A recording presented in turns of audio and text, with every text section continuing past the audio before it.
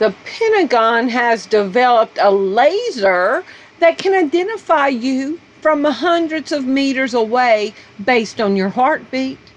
Thanks for tuning in to Hard News TV 2. I'm your host, Terry Lynn, and this is the channel where truth is like archaeology, and every day we're digging for it. Today is June 28, 2019, and this article is from yesterday from the Daily Mail. The Pentagon can identify people, I'm not even going to call them targets.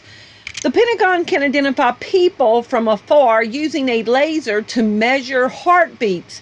Technology is being developed for U.S. Special Operations for surveillance, not for surveillance, for control and kill, identify, and eliminate.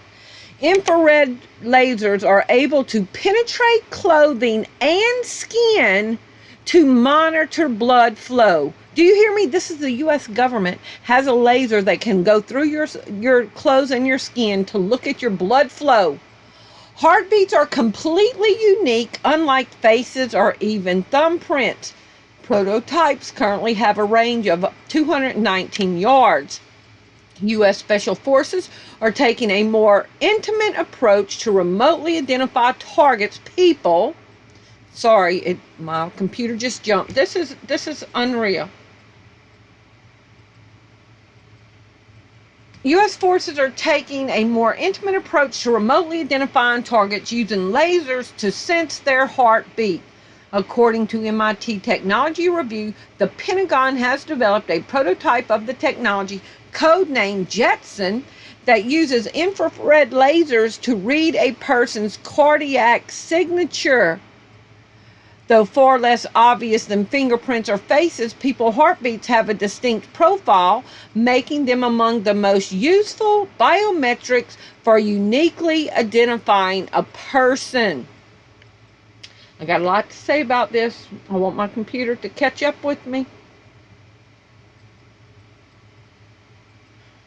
What separates the signature from others like it, however, is the fact that unlike a face, which may bear similar features to another, heartbeats are entirely distinct. As noted by MIT, companies like NIME are already using cardiac signatures, taken via a wrist-mounted pulse sensor to identify people for security purposes. What does that sound like? That sounds like Fitbit, doesn't it? That records your biometrics. And who is gathering information off that Apple Watch? Another advantage that has made the type of detection particularly desirable for the U.S. military is the use of lasers, which allows for a relatively long range. Current prototypes work from about 219 yards. With further modifications, that range could be extended. I don't want to say you could use it from space, Stuart Rimley of the Pentagon's Combating Terrorism Technical Support Office told MIT, but longer ranges should be possible. Okay, so he wants to be funny. But who are the terrorists? Who? All they have to do is redefine the word terrorist. Okay, and this is how they say that Andrew Breitbart was killed, with the heartbeat laser gun, because he dropped dead, quote, of a heart attack after he said that he had information that would embarrass Obama, that would bring down Obama's house of cards at CPAC. He had said this, and then 2008, and he dropped dead of a heart attack, and they said the only mark on his body was a little red dot, a little pink dot on his torso.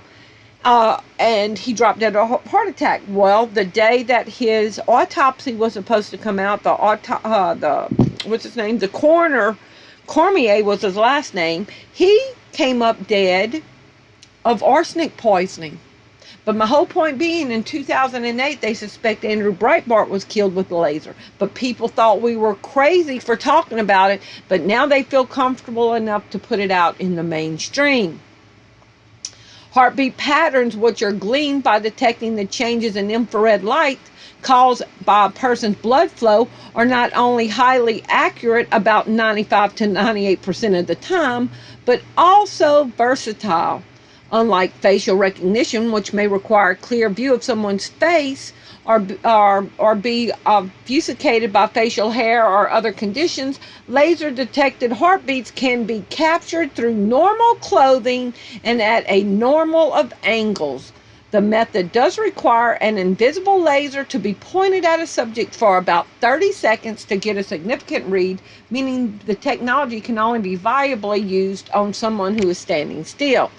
As far as applications go, the military suggested that the technology could be used to identify insurgents or people in crowds in the United States who they consider political enemies, matching their heartbeats from a drone. From a drone. There we go, right there. That's why just a year or so ago they legalized being able to fly drones, and why Amazon, who is linked to the CIA, is now delivering packages, quote, to your home by drone that can be equipped by a laser that can kill you. Like a biometric database, however, the biggest obstacle is making such a use reality would be generating a database large enough to cross-reference. Fitbit is creating that database. The technology may also find its way into more civilian uses like a hospital, where doctors would be able to monitor a patient's blood flow without ever having to hook someone up to a machine. Don't that sound like a lie?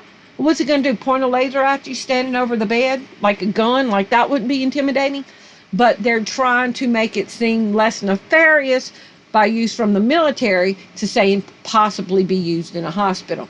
So y'all leave me your comments below and let me know what y'all think about this. Thanks for watching. Bye-bye.